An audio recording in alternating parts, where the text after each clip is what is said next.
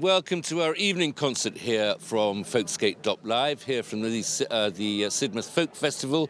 And I'm with our performers for this evening, the Brothers Gillespie, James and Sam. Thank you both very much for giving us a quick word, especially since you've only just arrived, all a bit dashed, all a bit fast. You really are brothers. We are indeed, yeah. I can't tell which of you is older. Which one? Me. Is there a sort of a seniority thing going on here? I don't know, it's a good question, that.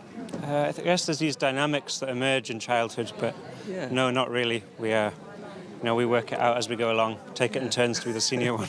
But he's got some good wisdom, though, some senior brother's wisdom, I think. This is an enviable relationship. I'm absolutely horrible to my younger brothers, but they're rather horrible people. Thank you. You've come all the way from Northumberland. What would you like me to say, Northumberland or Northumbria? Either, whatever you prefer. It's a good question. Thanks for asking the question. Well, I live on the Humber, and so we never know which side of it is. But you're Newcastle people. Originally, yeah, that's where we grew up, and definitely put a root down in the city, but we did move out to the countryside when we were kids, so kind of got both upbringings. Mm-hmm. Well, it's the countryside and the wildness of the countryside that sort of seems to inspire your music. Yeah, that's right. Yeah, it's actually both our early memories of the city and the experience of growing up in the countryside, I think, in a way, in the music. But yeah, that feeling of being nurtured by the Tyne Valley, the North Tyne Valley, and the hill above the village where we grew up, the Fell, which kind of inspired the name of our second album. Yeah, that experience of growing up in that place and being kind of held by that somewhat wild environment with a lot of space for dreaming. It was definitely very kind of formative in a way in our creative journey. And that's, I read that you, rather like Wordsworth or Coleridge, you actually write sort of on the hoof, as it were, as you're moving through the countryside. Sometimes we do. We do love to do that still, and it feels like, especially staying out overnight for a few nights, opens the mind up enough to be aware and to sort of receive the landscape, the land itself, more fully than just going out for a walk. Mm-hmm. And then sometimes that turns into creative output or songs. Yeah. It's the sound of the air, the rock, the sea, the mountain.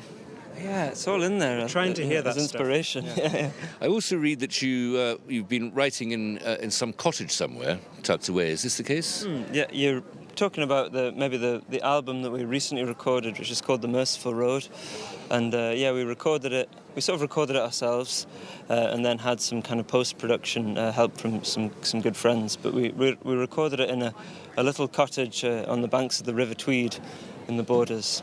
Yeah. And The Merciful Road, great title. What does it refer to? What's in it? It's interesting you think it's a good title. There was quite a few like sort of Freudian slips, and we mentioned it to friends, and they'd accidentally call it the Merciless Road. So I think,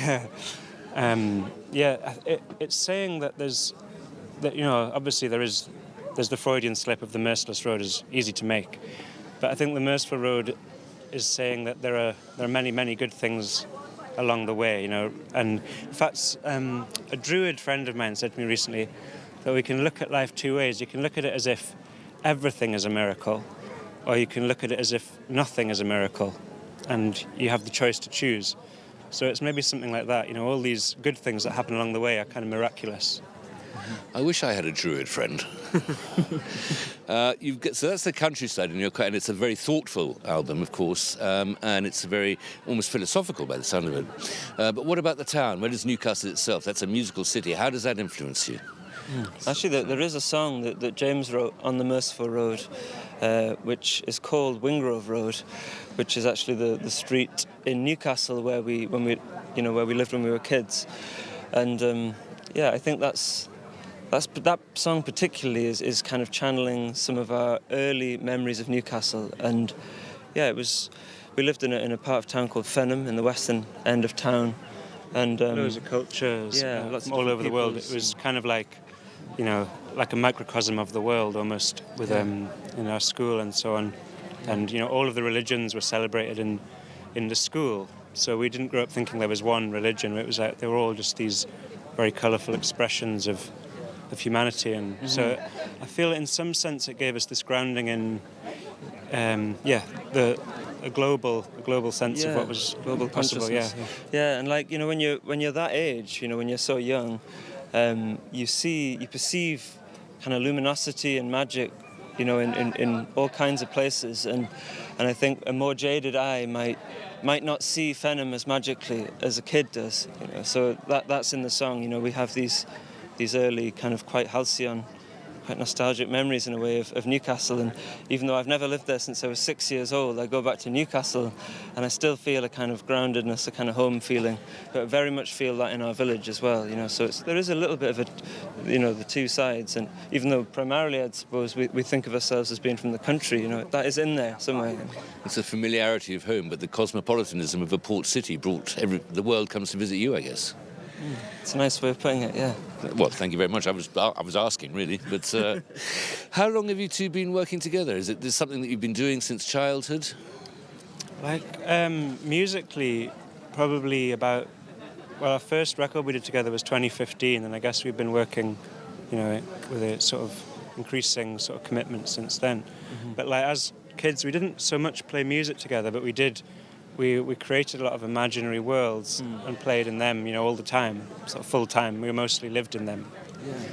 So it feels like, in a way, that those imaginary worlds formed a bit of a precedent for our musical work together, you know, like creative playing and exploration, even though the form was different. A shared imagination. Yeah. Mm-hmm.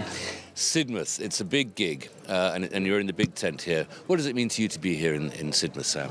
Well, yeah, it means a very great deal, actually. Like, it, you know, we've been doing our music for a good few years, and it feels like, yeah, just a wonderful thing to be doing, and a great honour to be playing before the Unthanks, you know. And it really is like one of our favourite festivals. You know, it's incredibly vibrant and magical. We have very fond memories of being here as well. You know, we were here in 2019, sort of not too long before the pandemic. You know, so it feels like we've sort of come through that whole, you know, very, very intense, quite strange phase of the life of the world, and you know, it feels a great honour and just a great pleasure to be here and playing a gig. And does Sidmouth give you a feeling of sort of unity or communion, as it were, with the whole of the rest of the folk community?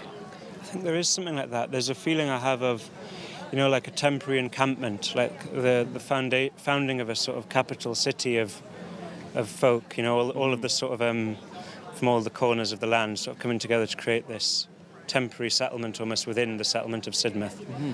And it does feel like a real privilege to be here. Sort of gathering of the tribes. Yeah, exactly. You feel that, and in a way you feel, I don't know, there's a kind of ancient quality in the land. You can almost imagine like Saxon and sort of Celtic farmsteads in the land here somehow. I don't know, maybe that's just my kind of romantic outsider's impression of the place, but... Not at all, that's absolutely true. The vibe fits with that somehow. And there's nothing wrong with being a romantic outsider, that's absolutely, but it is the feel here, isn't it? Amen. Yeah. What other acts are you looking forward to seeing whilst you're here? Well, we're going to be sharing a bill with Iona Lane, so we're really, really looking forward to seeing Iona. We shared a bill once at Beverley Folk Festival on a short set, and we really loved her music, so yeah, really looking forward to her. Obviously looking forward to seeing the Unthanks after our gig, and we caught Grace Petrie last night, which was amazing. So, yeah. James, Sam, thank you so much for talking to us. I won't keep you away from your sound check any longer than I have to. I love the magical mysticism, imagination. I'm so much looking forward to your work this evening.